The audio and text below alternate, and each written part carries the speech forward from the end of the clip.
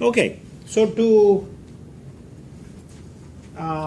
continue on, guys,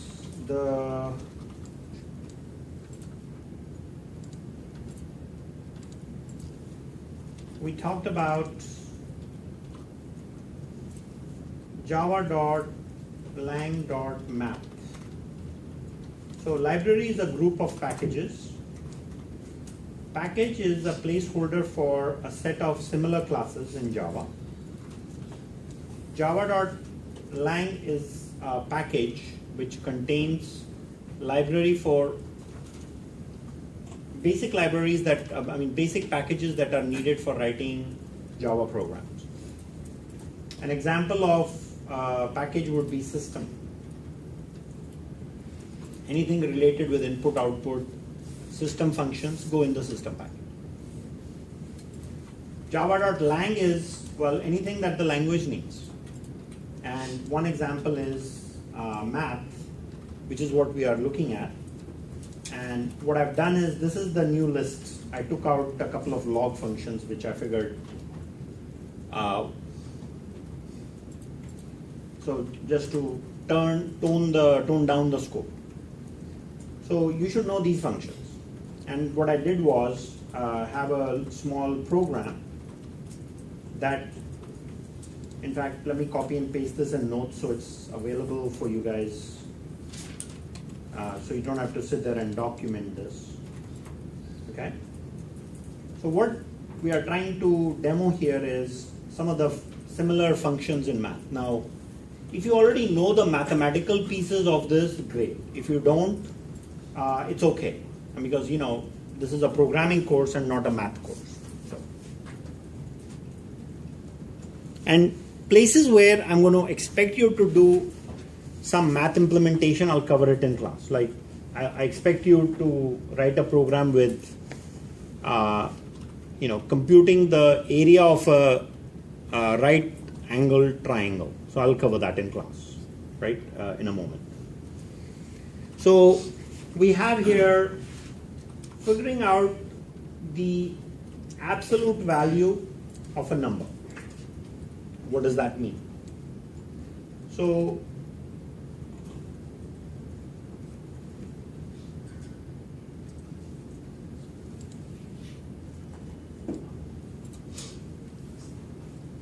I guess I have a bug here. I should have added a /n. So let me run the program and we'll look at one value at a time.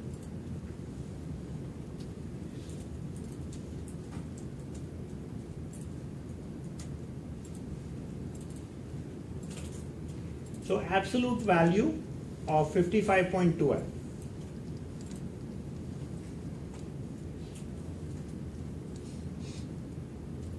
So if we want to look at the details of this function, just one thing you can do in Eclipse to read out a value, or to read the details of the function, I mean, is you can basically type math.a and it will list out all the possibilities for the math absolute function.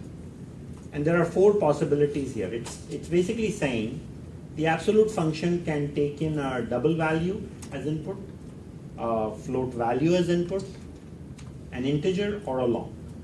But now what does the absolute function does is it returns the absolute value of a double.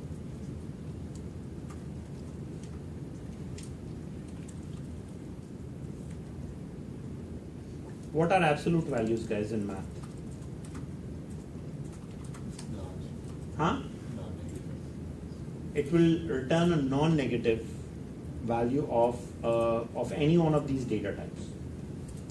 So if we were to try and use this with minus 43, let's say, right? And let's just focus on that alone.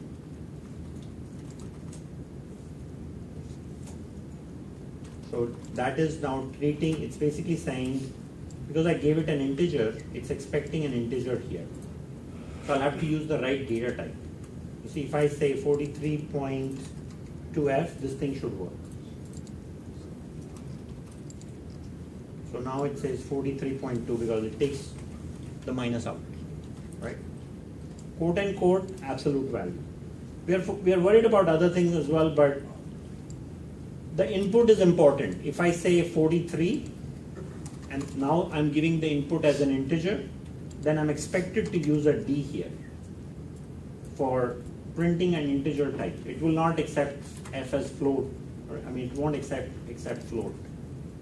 So you see now it prints a positive value. So that's why knowing that when you use a dot, and if you want to look at all the absolute value possibilities, it's saying that there are 4 functions and I can accept any one of those 4 data types. And you want to make sure what? That you use the right data type. So again, on the recording, it should show on the screen nicely. You will be able to read these things. But hopefully in the back you guys can see that teeny font size that is basically showing all the 4 possibilities of the absolute function. Okay? So the other thing is we can go to the link I showed you in the library and look at the details of each function, right? But you don't have to do that if you don't want to, because in Eclipse that documentation is brought in line when you're ready to write the function. Okay? So again, I use the convention that I recommended, name of the class dot name of the method. So we're working with next function, which is cube root. So cube root of 27 is 3, and that is being printed nicely. And if I want to look at all the possibilities of the cube root function too, I can simply say CBR3. And you can see it just takes in a double and returns a double. So the way the signature is shown here is static double cube root, right? So it takes in a double and returns a double. So as long as it takes in a double, I can specify an integer or a float and it will be fine. So this is square root function, square root of 55.2f. So square root, let's make it simple. Let's take a number like 25, and then let's see what happens. It has an error because I need one more bracket. See, square root is 5. Everyone is comfortable with cube root, square root, all right. Then we have Exp.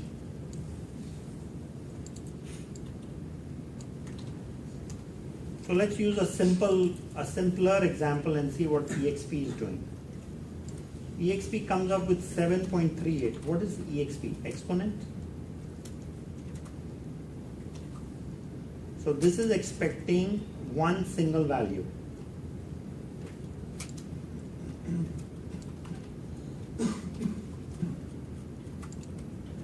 E raised to the power of a double value.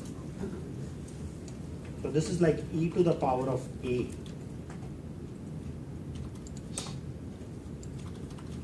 Using natural algorithms. Are you guys familiar with exponents? If not, I don't want to go into, this is basically, this is the algorithm underneath, Euler's number. You can either read up on that. Again, I'm ignoring the mathematical side. If it's known, great.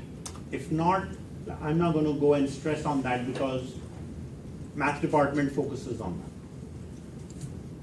We have ceiling and floor values. So given you have a number,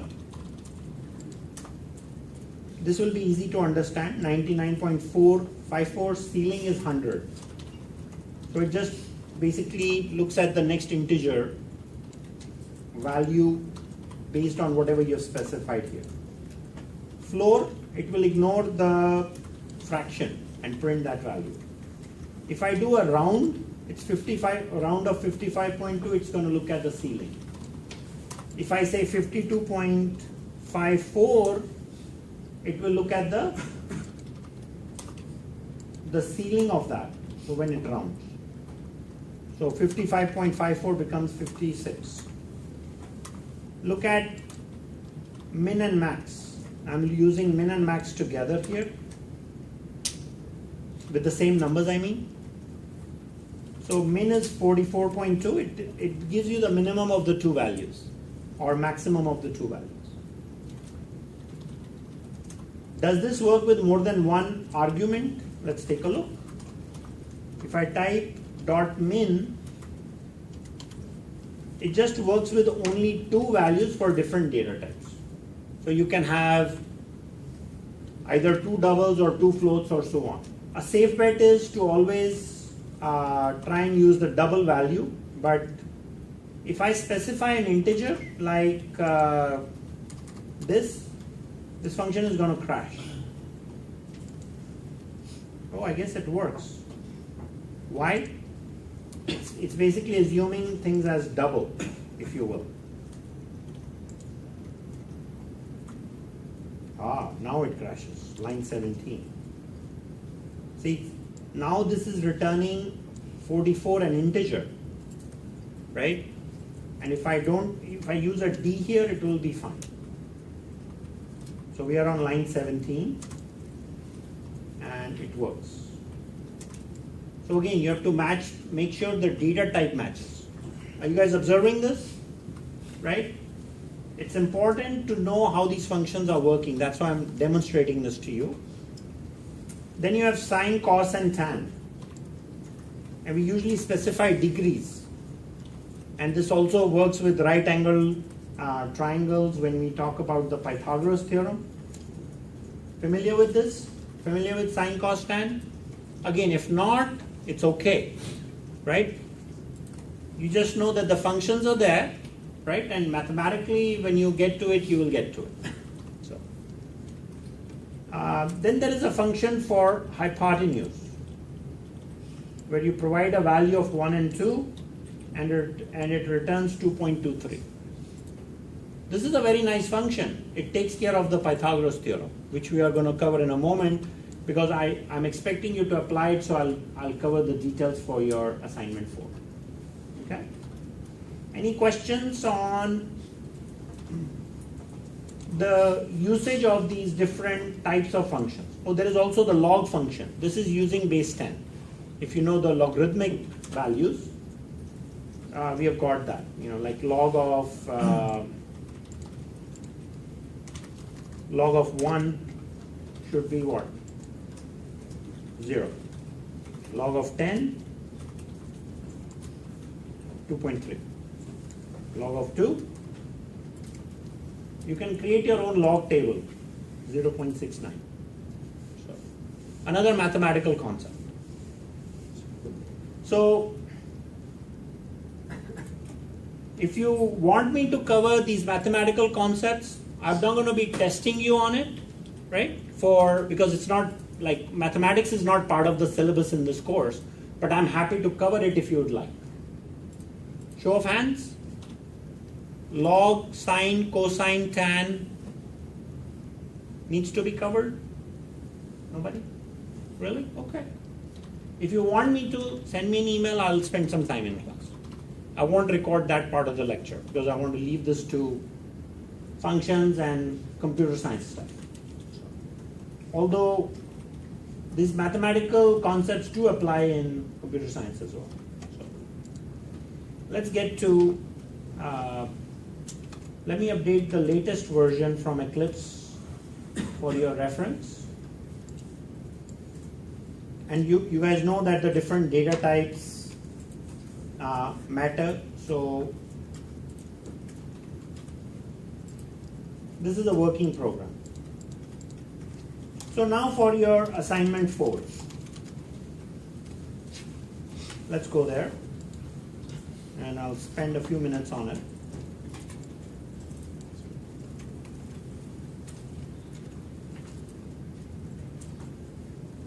So there are two problems in this. One is using simple expressions. And I would like you guys this time to perhaps try and use math functions in both.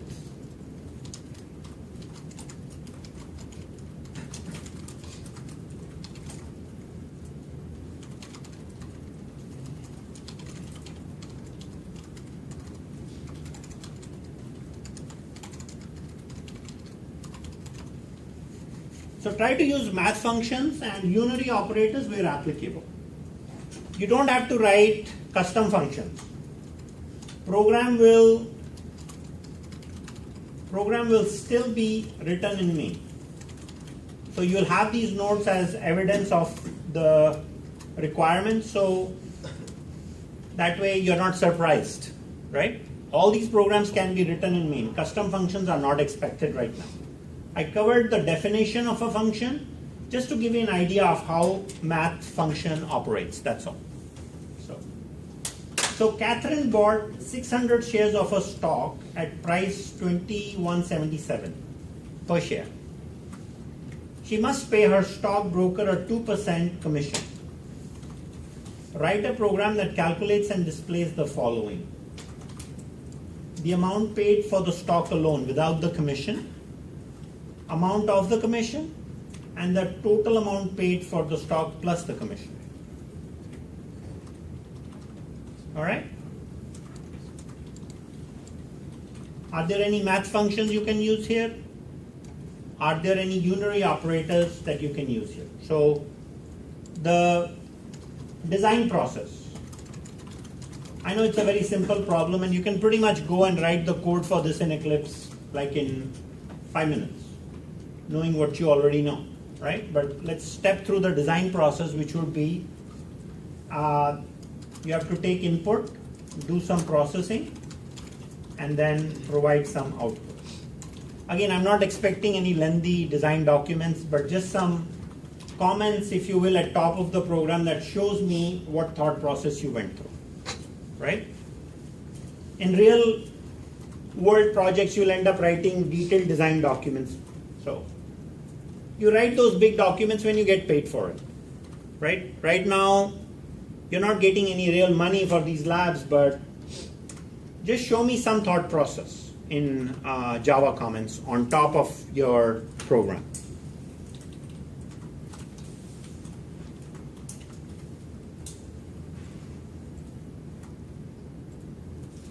So your input is going to be what here? Number of shares.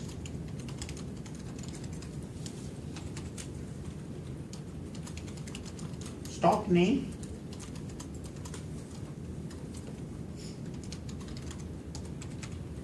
Like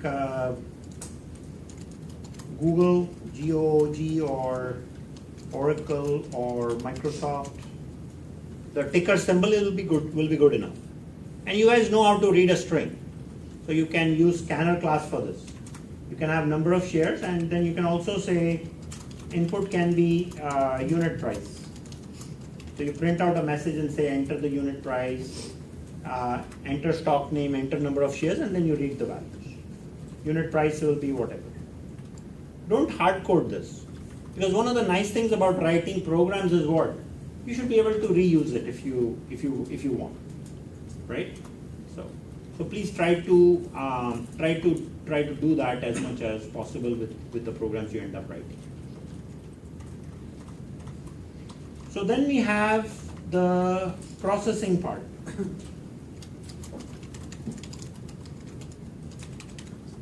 So you have calculations to do here. Of course, you need to declare your variables before input.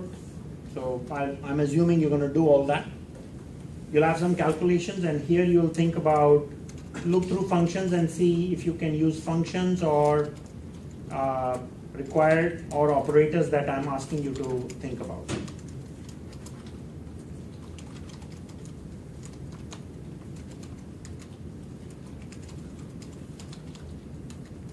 There are shorthand operators. I know you can use those.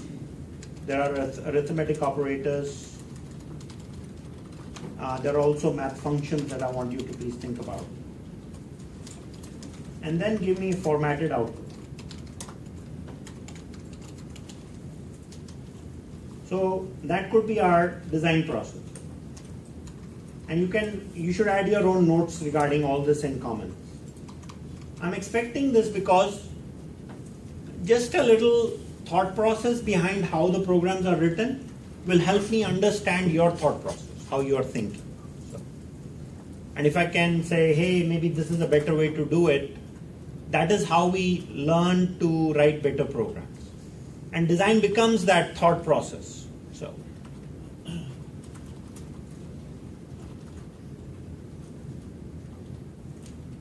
I want to talk to you guys about writing requirements as well as a separate topic, and if I think time permitting, I can probably spend some time on it today. So, that has nothing to do with this project. So you get the first program. I want formatted output that shows these three things for each line, one per line. Okay. So, questions so far? No? Okay. So, is the amount for the commission, like you said, 2%, is just 2% of the subtotal? Yeah, 2%. It'll be 2% of the amount paid for stock alone. Okay. So if I buy a stock at $20 and I have 600 shares, that's 1,200. Right. 2% of that is $24. Okay. And the total amount paid will be 1,200 plus 24, 1,224. So I'd print those values out. Right. This program is simpler than what you're doing in assignment 3. Assignment 3 has more calculations. So, but I'm hoping that you guys are going to do something different than the expression usage in assignment 3. You'll bring in more operators, maybe figure out a way to use unary operators if it's applicable, or math functions from the list. So, right? So. Then the next thing is learn the Pythagoras Theorem. And I gave you a link for it. I'll cover it in class in a couple of minutes. How many of you do not know the Pythagoras Theorem? Show of hands. Oh, this is great. Then life is good, right? But nonetheless, it's because I'm giving you requirements, right? It should be, I should spend some time covering it. So here is a little link that talks about Pythagoras Theorem, ignoring all the ads, please. So this is about discovery of triangles. This is the Pythagoras Theorem. It talks about right angles. And the idea is that you have an expression that helps you figure out the value of C knowing the value of A and B. A and B are two sides of the right triangle. The sides being where the right angle is. Right? This thing is at 90 degrees. Hopefully, maybe I'm saying all this accurately, and if I'm not, you're going to correct me, right? So you have the value of A, which is one side of the right triangle. B is the other side of the second side of the right triangle, and these sides A and B are the sides where the right angle exists. C is the third side, which is often called the hypotenuse. And the calculation of that is usually A square plus B square. So you take the square of the two sides, add those together, and you get the final result. So if A is 1, B is 2, C becomes, using simple math, 1 square plus 2 square is 5. So hypotenuse is 5. Now if C is always the longest side. Hypotenuse tends to be the longest because you take the square of the two values, so must be, right? Now if it turns out that I have C and A and I need to figure out B, what happens? I need to write another expression. So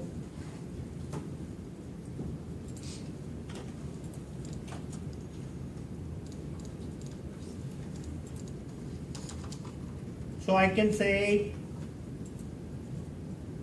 B is equal to root of, sorry, I don't have a mathematics editor. So we'll take the root of what? If I have this as my expression, So I'll take root of, if b is equal to root of c square, so I guess I'll write my square like that, sorry, c square minus a square.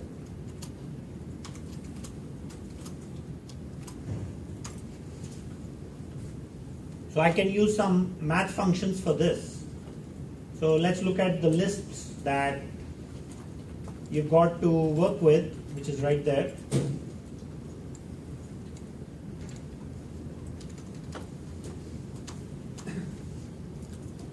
Sorry, that's the font size doesn't get any larger in that.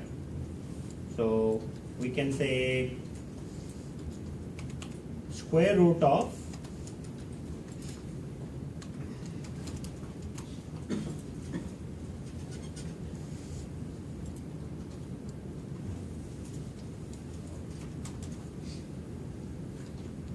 the value of c times twice, c times c, minus a times a. Will that do it? And that will give me the value of b.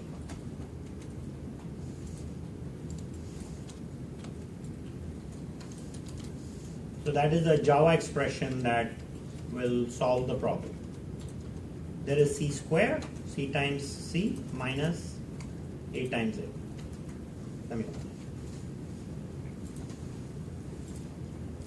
So what problem are we solving by using all this, right? Why did we learn about, what's the point of learning about the Pythagoras Theorem right here? And there are some examples as well if you want, and it tells you how to use it and all that. So you can read that in your own time if you need it. If you are comfortable with Pythagoras Theorem, then you just go and solve the problem. So learn the Pythagoras Theorem and write a program to find the value of hypotenuse if the other two sides of a triangle are known. So in the representation, if I know A and B, compute C using the formula.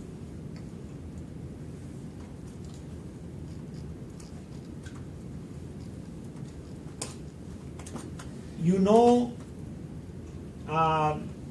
A and B, you have to compute the value of C. What is the value of C? Root of a square plus b square. Because a square plus b square equals c square, so the value of C will be root of a square plus b square. Right? So now the second part says write another program. So you don't do this in separate program. I mean, you don't do this in the same program, forgive me. You put it in separate programs, meaning separate classes with their own mains. You need to find the value of a side of a triangle if hypotenuse and the side of one of the other sides of the right triangle is known, which is what I did here. So I know C, I know A. I need to figure out an algebraic expression where I can look at the value of B. So that will be B. B will be equal to C square minus A square and basically root of that negation. And I'll get the value. Right? Everyone comfortable with the formulas? That's the key here, guys. So now that I'm asking you to write two classes, you know how to create a project and create one class. To create another class in the default package, you simply right click and say what? New Java class. And you call it hello2 or whatever you want to call it, Pythagoras 1, include a main in it. So you see now I have two classes in the same place with their own mains, and that's fine. I can run these one at a time. So I can just say right click and run as Java application.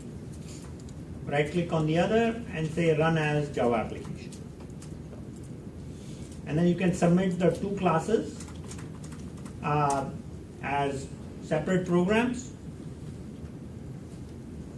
And then of course I mentioned that you can always include the test run inside, right?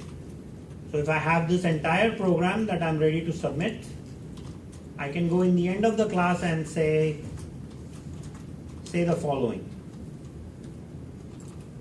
that this is a Java comment. I have a test run, and I can copy and paste this guy and include that as my output. You don't have to put all those dots, because just take all that and hit a couple of tabs, and it treats that as a big old comment.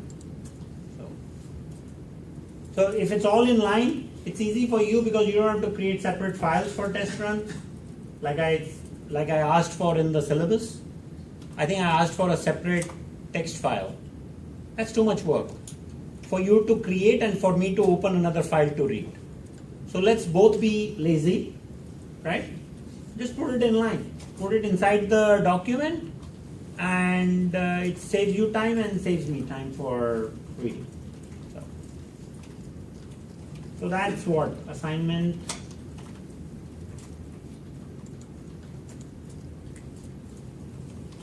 That's assignment 4. Any questions on the problem 1 and problem 2? So, is everyone okay? A yes or a no will be great, please. Everyone is okay. Great.